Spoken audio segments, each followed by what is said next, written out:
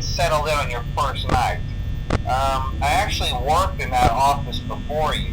I'm finishing up my last week now, as a matter of fact, so I know it can be a bit overwhelming, but I'm here to tell you there's nothing to worry about. You'll do fine. So let's just focus on getting you through your first week, okay? Let's see. First, there's an introductory greeting from the company that I'm supposed to read. It's kind of a legal thing, you know.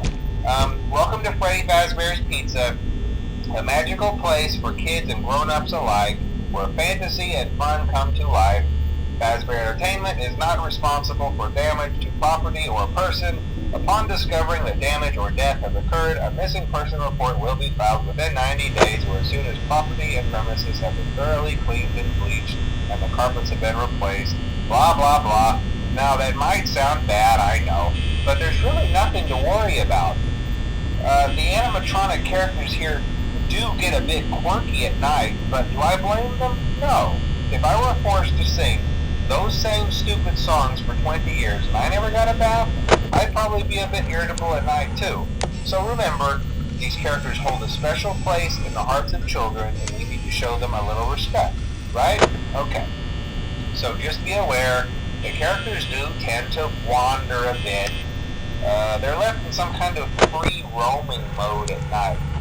Something about their servos locking up if they get turned off for too long. They used to be allowed to walk around during the day too, but then there was the bite of 87. Yeah. It's amazing that the human body can live without the frontal lobe, you know? Now concerning your safety, the only real risk to you as a night watchman here, if any, is the fact that these characters, if they happen to see you after hours, probably won't recognize you as a person. They'll most likely see you as a metal endoskeleton without its costume on. Now, since that's against the rules here at Freddy Fazbear's Pizza, they'll probably try to forcefully stuff you inside a Freddy Fazbear suit. Now, that wouldn't be so bad if the suits themselves weren't filled with cross beams, wires, and animatronic devices, especially around the facial area. So you can imagine how having your head forcefully pressed inside one of those could cause a bit of discomfort and death. The only parts of you that would likely see the light of day again would be your eyeballs and teeth that pop out the front of the mask. Yeah, they don't tell you these things when you sign up. But hey, first station of the breeze. I'll chat with you tomorrow. Check those cameras and remember to close the doors only if absolutely necessary. Gotta conserve power. Alright, good night.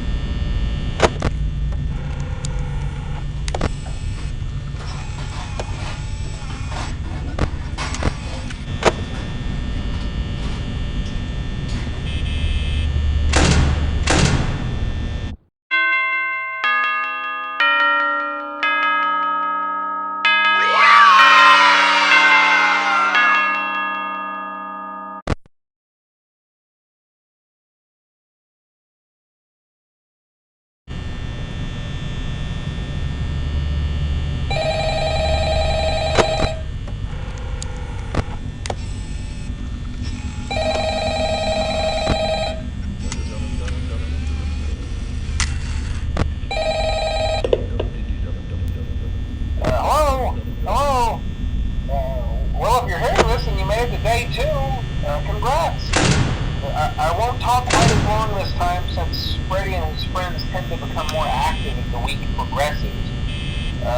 It might be a good idea to peek at those cameras while I talk, just to make sure everyone's in their proper place, you know. Interestingly enough, Freddy himself doesn't come off stage very often. I've heard he becomes a lot more active in the dark, though, so hey, I guess that's one more reason not to run out of power, right? I also want to emphasize the importance of using your door lights. There are blind spots in your camera views, and those blind spots happen to be right outside your doors. So if you can't find something or someone on your cameras, be sure to check the door lights. You might only have a few seconds to react. Not that you would be in any danger, of course. I'm not implying that. Also, check on the curtain in Pirate Cove from time to time. The character in there seems unique in that he becomes more active if the cameras remain off for long periods of time. I guess he doesn't like being watched. I don't know. Anyway, I'm sure you have everything under control. Talk to you soon.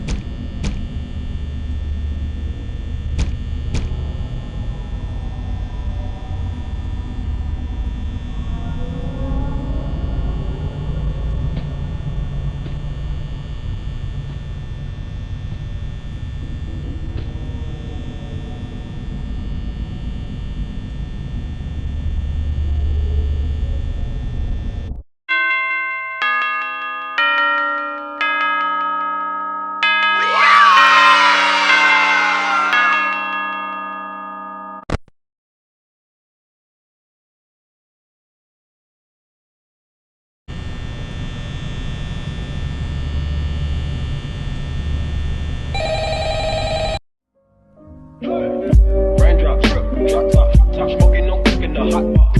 Fucking on your bitch, yeah, that. Looking up, open the park.